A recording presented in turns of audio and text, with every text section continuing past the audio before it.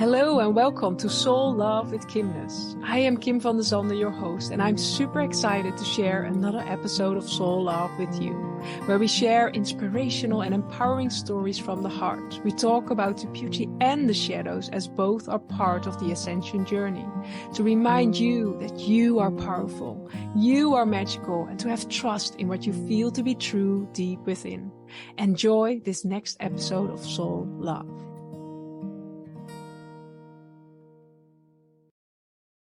Before we start the next Soul Love conversation, I want to invite you to check out my amazing book, Activating the Flower of Love, a sacred guide for manifesting your deepest desires and highest calling. This sacred book, filled with powerful tools and activations, will guide you to open your heart to the beauty and wisdom within you, empowering you to create the life you deeply desire from the foundation of love. You can find Activating the Flower of Love in all the major online and offline bookstores in ebook or paperback, or you can check it out through my website, kimness.nl, where you can also discover the different ways of working with me and the latest updates on new starting programs. Enjoy this next episode of Soul Love.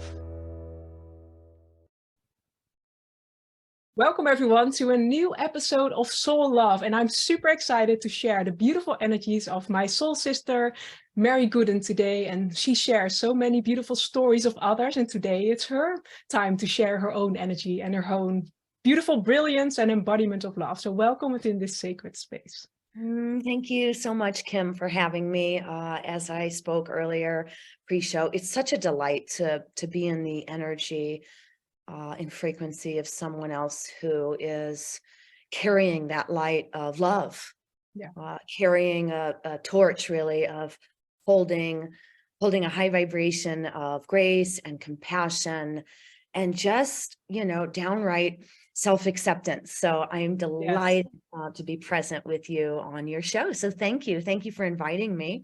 Thank you. As you'll probably read in the show notes, I am Mary Gooden, really fully embodied channel and eternal service, sacred wellness activator, a publisher, Divine Destiny Publishing.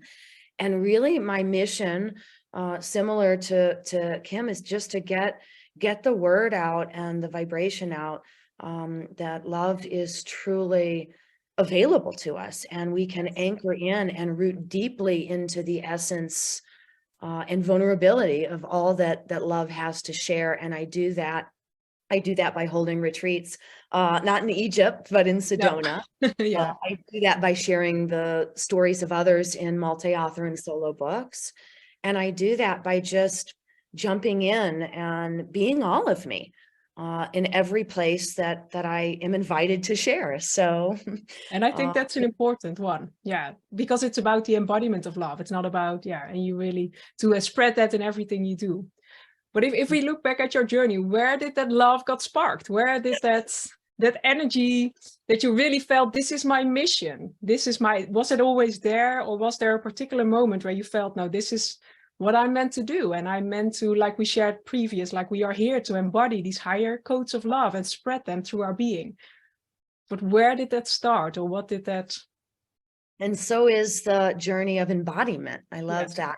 I'm going to use that word because for me, I can feel the twinkling of this light, early, 7, 8, 9, really when we're consciously being shown things. I had a delightful mother, and she'll probably come up a lot during our time here together, because she too was in the phase of embodying the purest form of unconditional love. And I can say that by now being a witness to how she raised her children. I'm the youngest of 4, and I'm the loudest. Yes, for speaking your truth and your voice, because love needs that. Yes. Perhaps I was a surprise in that realm, but I'm the loudest, and I could feel it in early experience. And I've been sharing this it seems like it's been coming up over the last few weeks as when I can look back and how did you know? Like for me, as an 8 or 9-year-old early in elementary school, I noticed this empathetic piece of me, this very vulnerable and open piece of me. Yeah. And rather than allow myself to be kind of, I'm going to use the word doormat for whatever reason that wants to be shared. Yeah. I found myself aligning more with the masculine friends, because feminine pieces, the feminine friends, kind of were stuck in this judgmental circle, right? Yes. And I'm not, I'm not saying anything bad about women, men, or anything. I'm just sharing my experiences that I noticed I leaned more to a masculine energy because I didn't. And now in my adulthood, it wasn't my practice to get linked into this judgmental phase of life. Yeah. And that kind of held me for a long time. I protected myself from an early age from this piece of, because if you get too deep into that judgmental roller coaster, we spend years, lifetimes trying to get ourselves out of it. Yes. So it started early for me. I knew I had a light to shine, and I knew that it was a bright one. I knew that it was going to take a lot of courage. And so I kind of had this protective space early on. I found the masculine or the boys that I related to early in age, they weren't judgmental. They were just, we could just be in a playful state. We could just say whatever we wanted. We could just be who we were. Yeah. I love that. Yeah. Right. And again, it didn't mean I became the masculine piece. The reflection has come up more and more over the last month, like, because there's people, how do you do this? How did you do this? Yeah. So I won't profess to say that I came through this part of the lifetime, this part of my earthly experience in a heavily judgmental place. My mom was a creative light of unconditional love. Yeah. My father had this traditional piece of being the sacred support around the family. And my knowing was that I needed to make sure that I chose the experiences that were going to show up in front of me, rather than falling prey to what was happening around me. Yeah. That makes sense. Yeah. Yeah, but I think it's beautiful. And also to have that awareness at a young age. And as you are sharing this, I never looked at it that way. But I also was, when I was younger, I had more male friends, and I was always, but now you share, I think it created like a cocoon where we could just be ourselves and just, but also really hold our light in a way. Yeah, I think it's an interesting piece. Yeah. Thank you. Yeah, great. Again, my reflection of it coming up just over the last several months and saying, oh, that makes sense. Because in some lights, you can look at it like, God bless, I never had any really close female friends. In some regards, we could look like, why didn't anybody like me? Or why couldn't I, these are just ways that it could come through. Why couldn't I connect? Why can't I connect? Maybe you're still in that place with some of that femininity. And I'm not judging feminine humans in that way, but we do come in with a really high vibration of aiming to please and shape shifting into what the room wants us to be.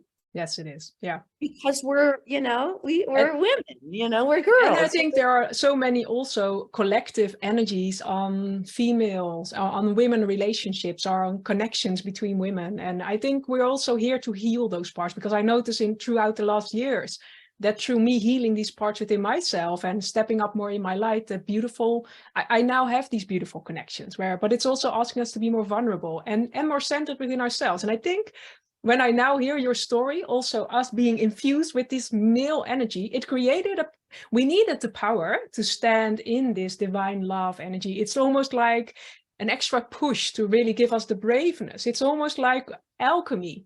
We using the different elements of feminine and masculine to alchemize our inner strength, always as a young child role, to stand in the mission we are here now on. It sparks what you shared. For me, I suddenly feel a lot of things falling into place. So thank you for sharing that piece. Yeah. Yeah. Well, I want to circle back now what you just brought up, because pre-show, when we were connecting, the one thing you said, it took a lot of courage. And so it again circles back. We needed that masculine piece to get that, to build that courage. And alchemy it is. And the gift of it, just to go full circle, and I don't know about you, Kim, but but I've never felt so balanced between the two in any lifetime that I can remember. No.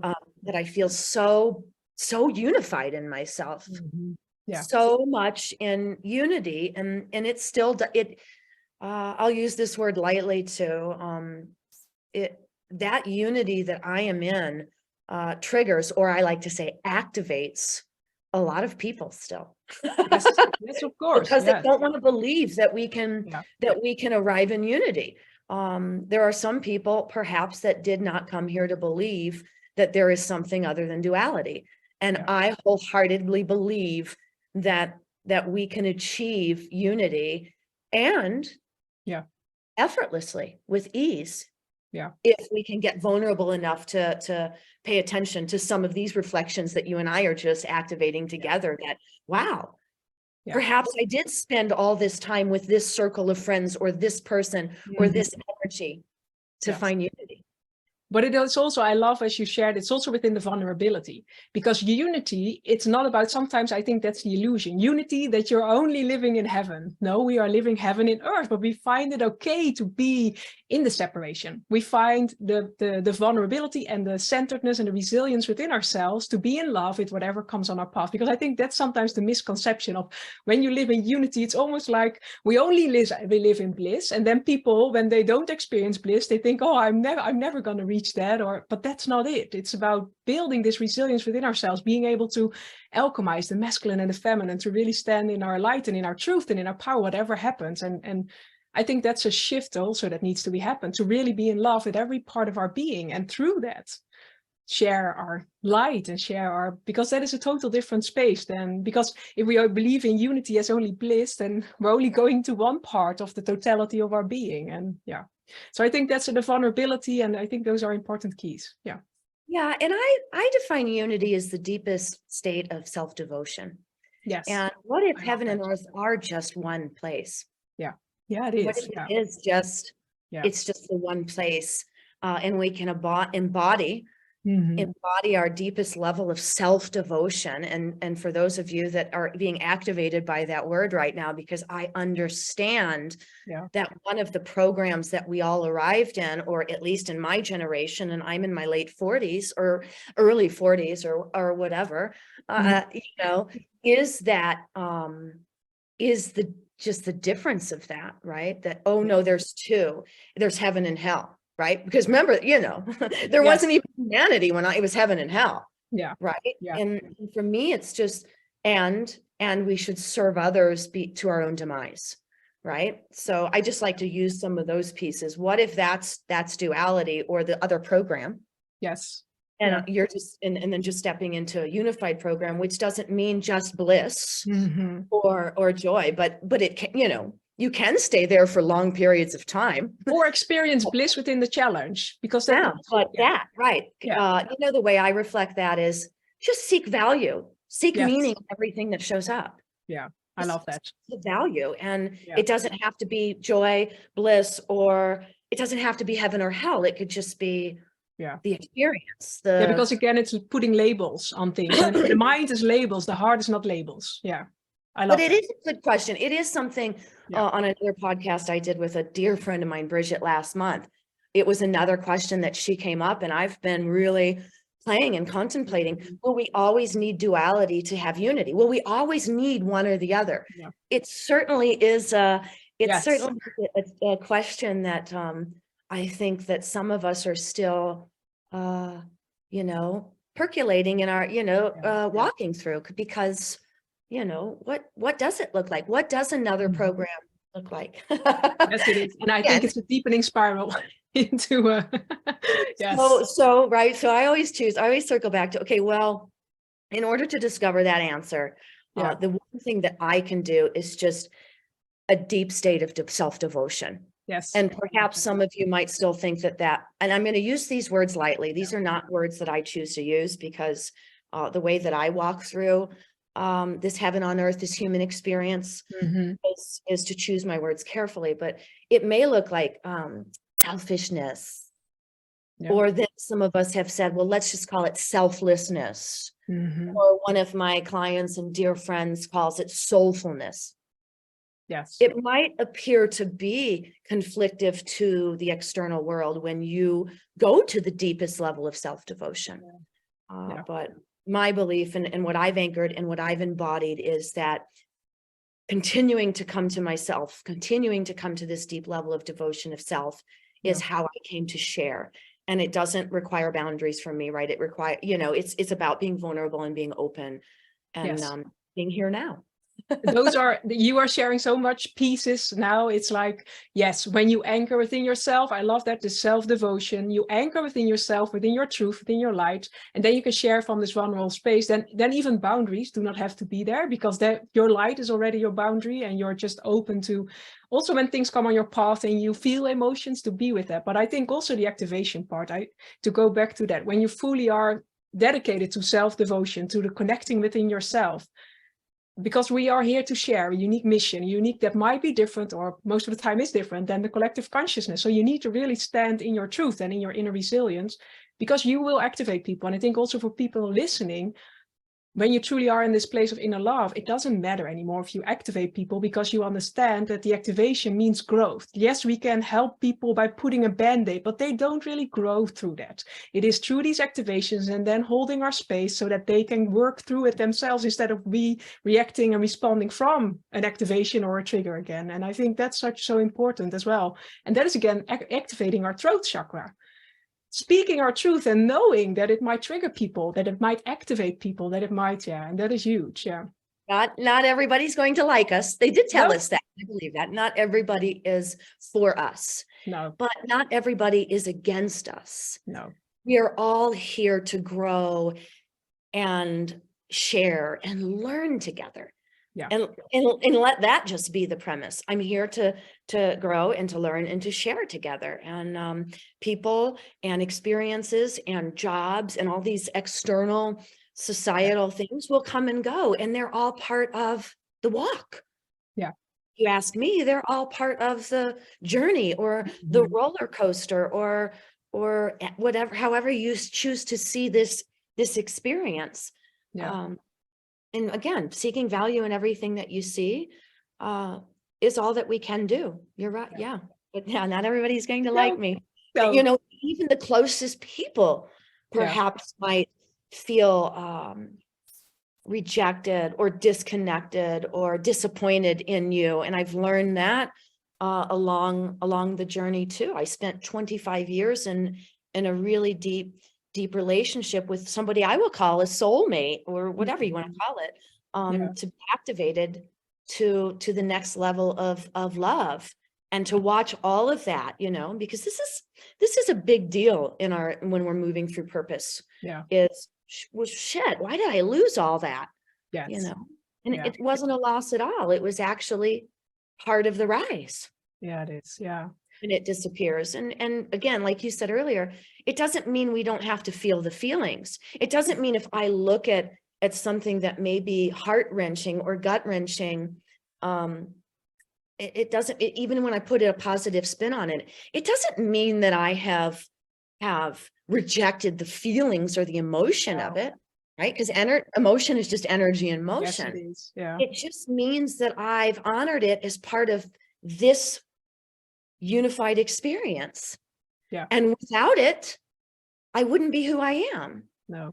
Again, doesn't mean that what is the other word that they like to use that I've heard a lot, like spiritual it doesn't mean that I'm bypassing anything. No. I can talk about, and it was a 25-year relationship that ended in divorce, and it's custody battles and lawyers and all these things that I really tried to protect myself from my whole life. Yes. It's interesting how, yes. But even through that, it's learning. And again, it's holding ourselves when we feel these emotions. It's not about, because we're coming back in love doesn't mean suppressing all these things. It means allowing yourself to cry, to be angry in your own safe space, or to express. And through that, let the energy move, as you shared. So that is huge. Yeah. And the easiest way that I feel like that I've come to that, because everybody always wants to know, how do we work with energy and motion instead of succumb to it. And for me, you know, just personally, it was really the practices of yoga, breath work, Reiki, you know, those things. Yeah. There's a lot of breath work practices I learned to release anger, that energy. Again, it's just energy. It's not, Yeah, it doesn't no. have to carry all the labels that we Yeah. assign to it. It's just an energy. It's almost as if something wants to escape because I'm clearing, right? Because what did we come here to do? Purify and clear, maybe. It is. Yeah. Those practices, it wasn't, you know, in a little bit of magic. Of course, your Whatever own that magic. is, But right? that is, as we come Unknown. close, it is. But as we come closer within ourselves, our magic awakens, and it's, yeah. And everyone has that. So also, if you're tuning into it, you have your own magic, but it's you being willing to listen to your body, to your emotions, to your signals. But I love that. That's important, because if we don't give that outlet, it comes stuck emotion, and we get all these weird things in our body, in our field. And through yoga or meditation or practice, or just allowing our emotions to express, we can allow the movement. Sometimes we think it's something very difficult, but it's not. Most profound things are very simple. It's just already within us. It's like almost going back to our baby-like instincts instead of, yeah. And let's circle to that simplicity piece, because I believe that, you know, people think that it's a lot, you know, people have this idea that it's a lot of work to get to the next level of who we desire to be. And what I really want to share, and what I really want everyone to hear, is it's not that it's a lot of work, but it is a daily practice. Dedication. It requires daily consistency. Yes. So people think that starting a new habit instantly makes people think that it's a lot of work. Right. But what if I told you, or what if I suggested, or what if I just shared with you that my daily connection practice, undone, unmet, is like walking outside without putting pants on? Would you do that? You know what I mean? Yeah. So start thinking of things in that way. Well, if I don't connect with my light every day, it's almost like I'm going outside naked. Yeah. Some people might do that, and that's fun, right? Yeah. But, you know, instead of thinking of all the work that maybe it wants to bring, or all the requirements, what if it's just as simple as a daily connection, you know, just doing it daily? And I always offer a really simple way to start. And it's really simple, right? Because we're all eventually going to wake up in the morning or the afternoon or whatever cycle we're on. And you know, we all kind of come to this place of rustling. I don't know anybody that just all of a sudden comes to and flies out of bed. But even if you do, I've got it for you. It's 30 seconds, it's 20 seconds, it's 60 seconds, hands on heart. Show me the way today. What is mine to share? Boom. Yes. That's the new habit. As simple as, I don't even think it took 5 seconds. Yes. And then what happens is the magic. The magic, you realize there's magic in this. And what magic is unseen, unknown. Perhaps you want to get a wand. Either way, it's just unseen, unknown. And you just pay attention. You just, okay, so I did that 5-second thing, and I'm just going to pay attention to my life today. And I'm going to do it again tomorrow. And I'm going to pay attention. And it's no different than being the baby, like Kim said, and learning how to walk. I'm going to walk, because this is what we were doing. We may not remember thinking this, but I'm going to watch them walk today, and I'm going to get up and do it. Yeah, it is. Even when I fall down in 5 seconds, and tomorrow, or 5 minutes, or 10 minutes later, I'm going to do it again. Yeah. So we all have it in us. We've all done it. Yeah. But it's not this big, far away thing. No. It's right here. And so if it starts with 5 seconds, I'm going to try to stand up today, or I'm going to say, show me the way today. What is mine to share? Or maybe you want to say something else. I'm open to receive my gifts. Or maybe you want to say something else. I'm ready to connect with me. Whatever. Yeah. But it's also the shifting, like, okay, you take that time in the morning, but it also truly helps you through your day, because that is what I notice. The more I align within myself and with my light, how quicker the things go, how more in alignment, how more. So it is really getting rid of the thought that it costs extra energy. And also, I think the deep fulfillment part, because yes, you can go through life doing everything you've been doing now, nothing changes, but does it really fulfills you? And that is this journey as well. It's like it brings fulfillment and joy and love when you connect, when you take that moment to reconnect to yourself and unlearn all these habits that do not support you, because we find it so okay to do all these things in a day that do not support our light. And then these things we find difficult, or we say, oh, I don't have time for that. But it's really not, true to being who you are in your essence and your light and the excitement that wants to arise within you. And there are so many powerful things within that. It's so fun. I almost feel a challenge coming on. Like I challenge everyone to pay attention to their day and notice how many things that would bring you pleasure that you say no to. Yes, And how that's many a things beautiful that one. don't bring you pleasure that you're saying yes to. Yeah. One day, even in an hour, I Yeah. challenge you Yeah. to just write down the ideas that move through your head. Yeah. And just write them down and notice which ones you're saying yes to and no to. Just as curious as a kitten, because showing ourselves that how we're doing this daily, how we're deflecting our own self-devotion or our own right to fulfillment. Sometimes seeing it one time, you might do this exercise one time and you'll be like, holy crow. Yeah. I've got to, you know what I mean? Yes. Yeah. And like you just said, it's not taking that forever in a day like you think it's going to, because starting a new habit or practicing a new thing takes so long. Yeah. You'll notice instantly, like, holy crow, here's the magic they were talking about. It's not, it's unseen unknown. No, It's not like, you know, and a new invitation even like paying attention. It's wild because once you start doing the 5-second thing, the other things show up in a minute. Yeah. Instead of putting off the 5-second thing and it's 6 years before something. And pushing through, and it is. And it starts with awareness, and then the shift comes, because then you feel, oh, I've been spending so much time on all of this instead of, but we most of the time people go through life so unaware. So it's just becoming aware of what you're doing. So if there's one more last thing you want to share, a tip, an advice, an inspiration, what would it be? I think my last share is really just remember that you came here to be you. Yeah. Not anything outside of you. Yeah. But a daily reminder that I came here to be me. And again, just it's that self-connection. Yeah. If you could take one thing away today, just find a way to connect with yourself every day. And you'll find that perhaps you start doing it every minute or every hour or whenever a negative thought comes in, but just take the time to check another box, if you will, in self-devotion instead of self-deprivation. Yes. A beautiful one. Thank you. Thank you for sharing. And if you want to know more about how you can work with Mary, you can find all her information below this audio and video. And now I thank you for sharing your magic, your wisdom, your enthusiasm, and for sharing this sacred space, and everyone tuning in as well. Thank you for being here. And I'll see you in the next Soul Love podcast. So much love. Bye. Thank you for joining this episode of Soul Love. If you want to find out more about what we do, you can find it below. And I'll see you in the next episode. Much love.